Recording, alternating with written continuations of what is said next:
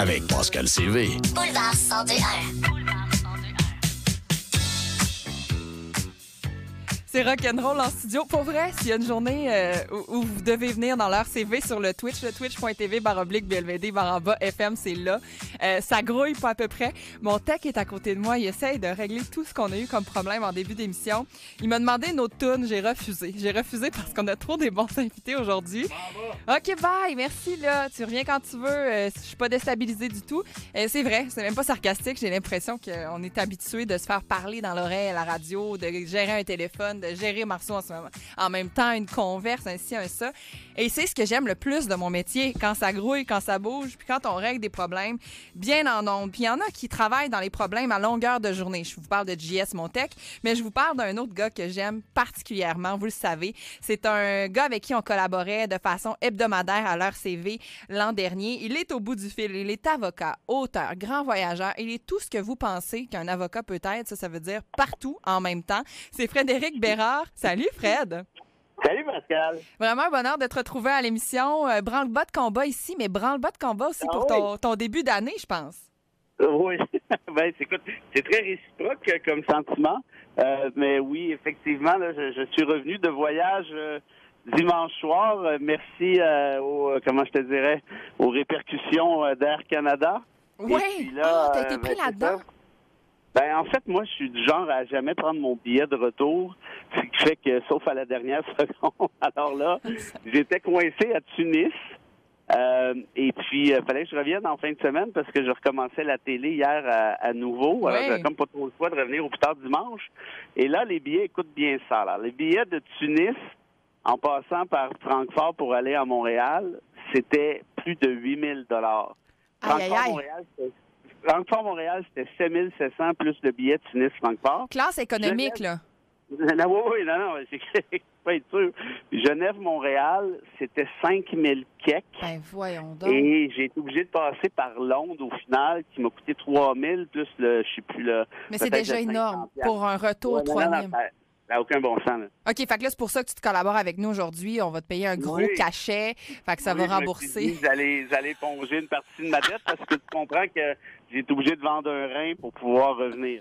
Aïe, mais sans indiscrétion, quelle compagnie aérienne à 3 000 avec je sais pas combien de pit stops? C'est ce joyau québécois nommé Air Transat. OK. Est-ce que c'était Air Transat le moins cher, finalement, quand on t'écoute? Ben, écoute, c'est sûr que Francfort-Montréal, je me souviens plus c'est quelle compagnie. Genève-Montréal non plus.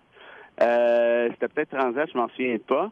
Mais écoute, le 3 000 de Londres, ouais, ça, c'était avec Transat. Puis, écoute, c'est purement excessif, là, parce qu'en temps normal, c'est quoi? C'est 1 000, 1 200 peut-être. Là, c'est juste un billet retour, là, that's it. Ouais. Alors, voilà, mais bon, écoute, qu'est-ce que tu veux? Ça coûte ce que ça coûte. Et puis, c'est un beau voyage. Je suis heureux. Là, je suis revenu. Et là, c'est ça. Là, il y a beaucoup de petites choses à faire.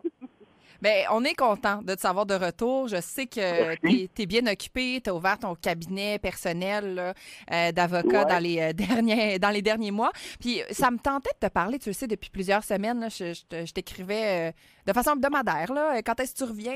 Es-tu encore en vacances? Es-tu encore en voyage?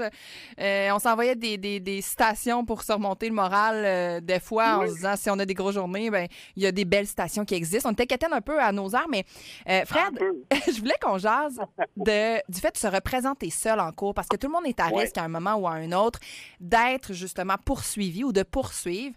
Et selon notre salaire annuel, peut-être qu'on va être éligible à l'aide juridique, mais honnêtement, il faut gagner un salaire qui est moins que celui qui est en moyenne au Québec gagné par les gens ici là, qui travaillent 40 heures semaine.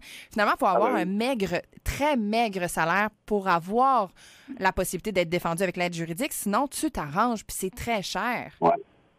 Ben oui, puis moi, je suis très sensible à ces questions-là. Ma mère a été secrétaire, comme on disait dans le temps, à l'aide juridique à Mont-Laurier pendant, je sais pas, 35 ans peut-être.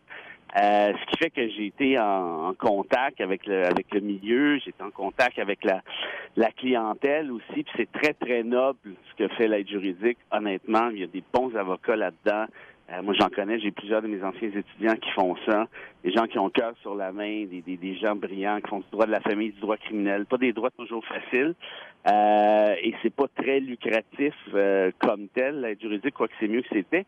Et là, le problème, c'est que les plafonds, tu le dis essentiellement, les plafonds sont tellement bas pour être éligibles que ça fait en sorte qu'il y en a un sacré paquet qui ne gagne pas beaucoup de sous, mais qui en gagne quand même trop pour pouvoir être représenté par un avocat de l'aide juridique. Alors, qu'est-ce qui arrive dans ce temps-là?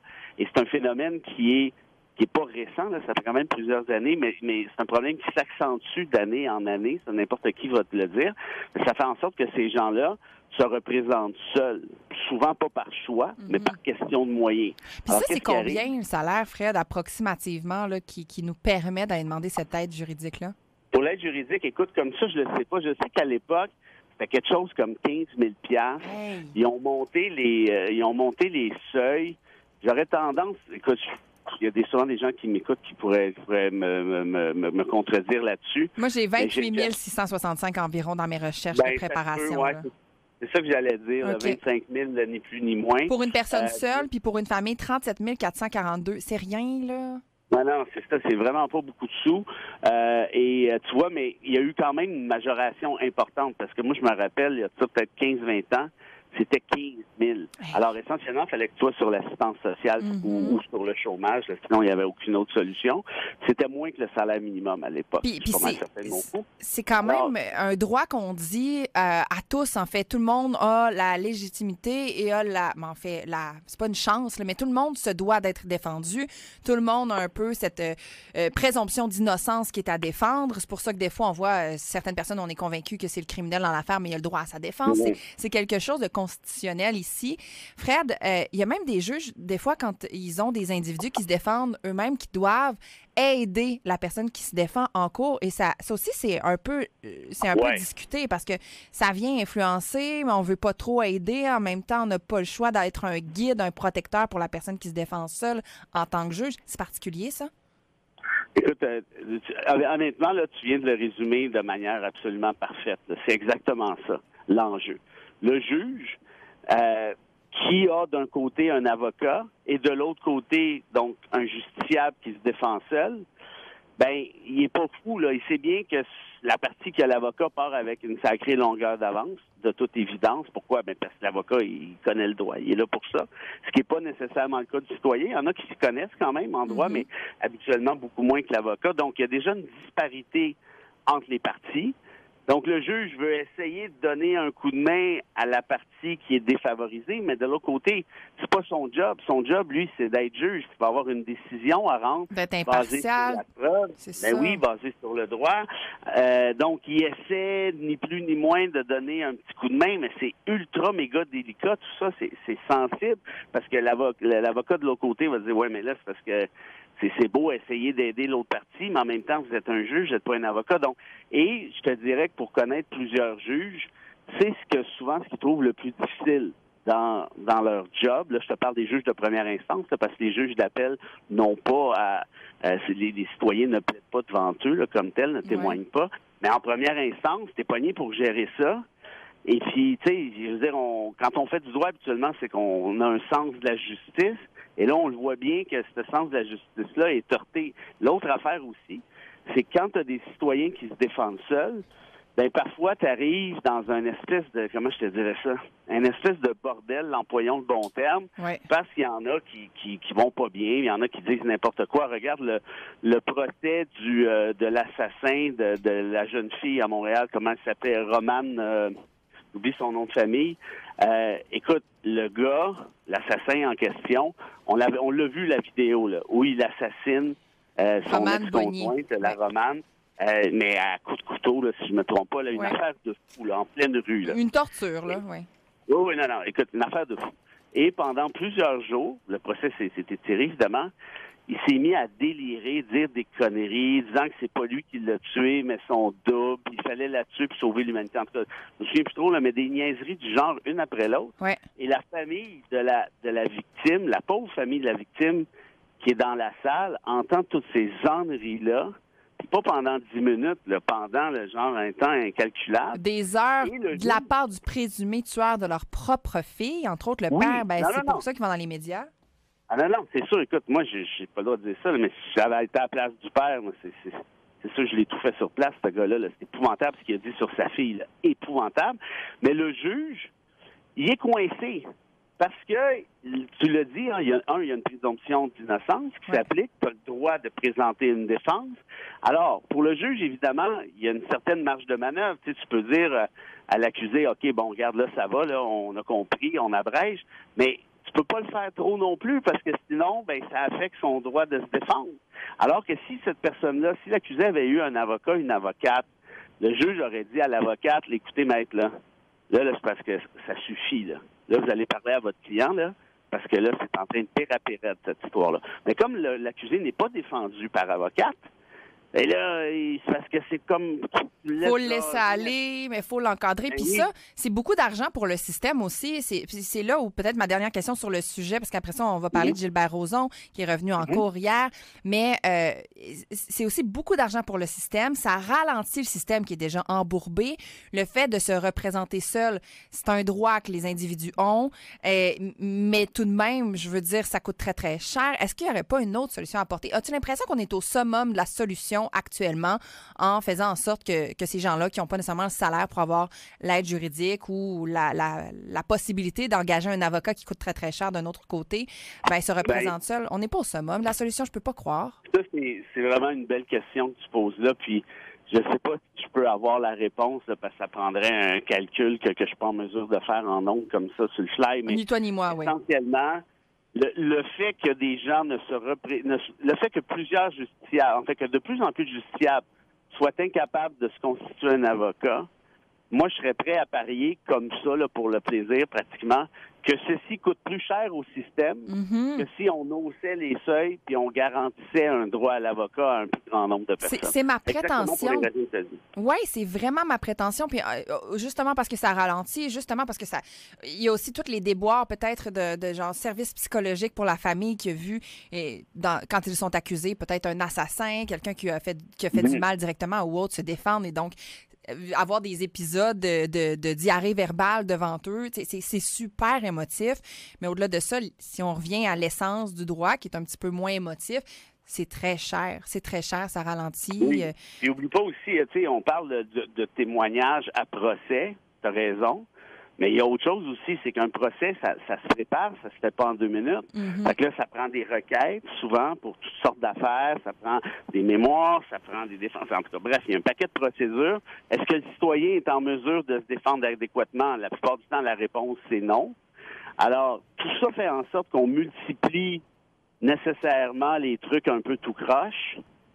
Tout le monde perd un peu son temps. Et donc, au final, est-ce que ça nous coûte pas plus cher que si on haussait les seuils? Je le répète, ça prendrait une étude sérieuse sur la question si elle n'existe pas déjà, puis je ne suis pas au courant. Mais si tel est le cas, je pense qu'il faudra en discuter, là. Frédéric Bérard, tu es avec nous, tu es avocat. C'est impossible pour moi de passer à côté aussi des débats qui entourent le procès civil de le magnat de Juste pour rire, Gilbert Rozon.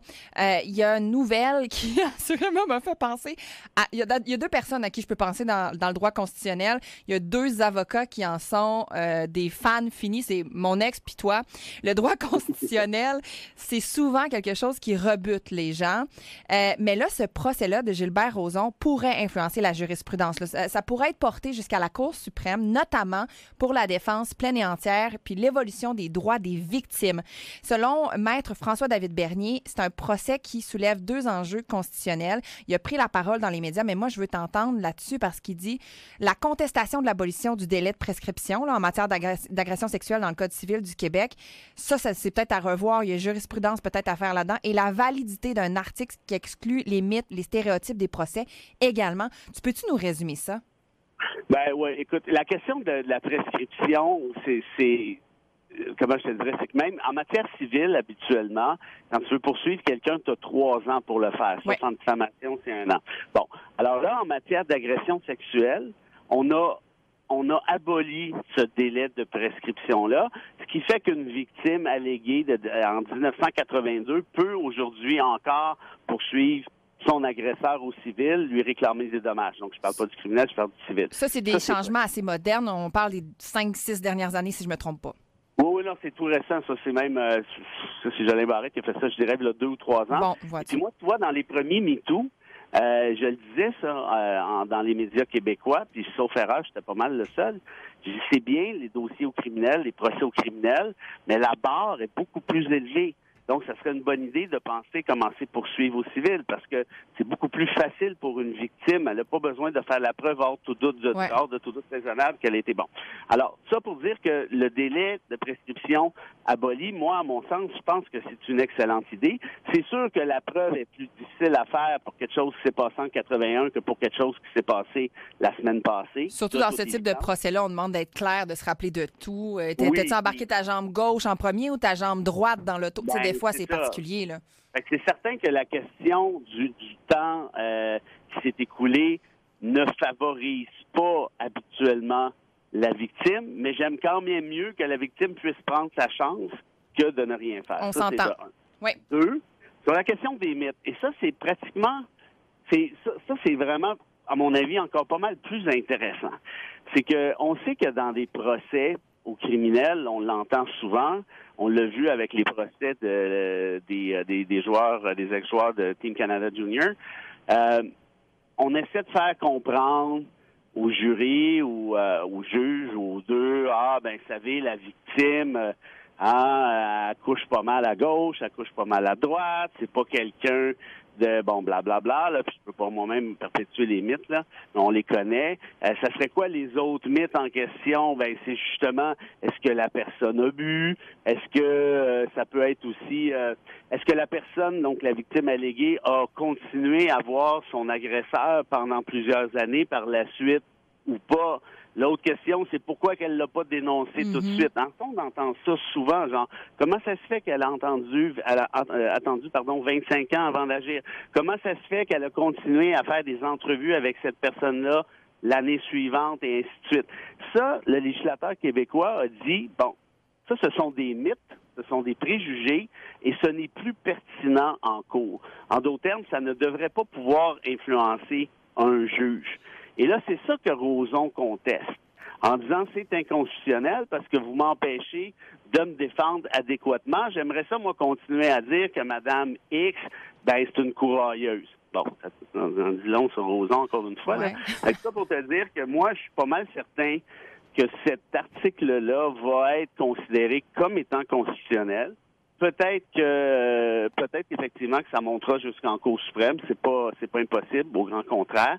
Mais pour le reste, est-ce qu'on veut vraiment perpétuer des espèces de classiques du genre, tu sais, je veux dire, la victime peut continuer à voir son agresseur après dans un contexte XY. Il y a une experte en psychologie, une psychologue, peut-être même une psychiatre, qui a témoigné comme experte justement au procès pour expliquer justement comment ça se fait qu'une victime puisse continuer à voir son agresseur excitant après. En d'autres termes, pour expliquer que c'est un mythe, c'est un préjugé, c'est pas parce que tu continues à voir ton agresseur que tu n'as pas été agressé. Non, mais ça, c'est, je pense, un point crucial aussi parce que souvent, certaines personnes s'en sont sorties, bien qu'on présume encore qu'ils, clairement, ne sont pas coupables parce que c'est ce que le droit a décidé, mais on le voit parfois en cours, des juges qui n'ont pas été capables d'établir la preuve hors de tout doute et qui font en sorte d'acquitter la personne qui était accusée initialement, mais que dans le contact social avec les gens aussi, dossier médiatisé, tout ça, on n'est pas certain que la personne aurait dû être acquitté. C'est des situations très émotives, complexes, sur lesquelles je suis intéressée et je trouve primordial, essentiel de revoir certaines façons de faire, même des paradigmes. Puis là, on parle de stéréotypes en ce cas-ci. Je pense, Fred, ça va être, pour le reste de la décennie, un enjeu très important en cours, non? Oui, puis sais-tu quoi? Moi, je vais lever mon chapeau à Jolin Barrette pour celle-là, parce que là, on parle du civil, on parle pas du criminel, mais c'est tellement pas évident pour une victime de faire valoir ce qui s'est passé. Hein. On sait à quel point c'est intimidant, un processus judiciaire, même pour des femmes là, qui ont une certaine, comment je te dirais, une certaine prestance, qui sont pas intimidées ou qui ont des gros jobs et tout ça. même pour elle, c'est intimidant, le système judiciaire. Pour un gars aussi, c'est vraiment pas évident.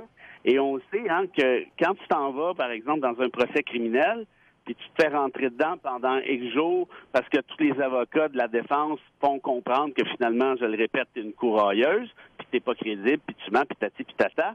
Les gens sortent de là, sont complètement bouleversés, pulvérisés. Et souvent, on n'atteint pas nécessairement une quête de la vérité.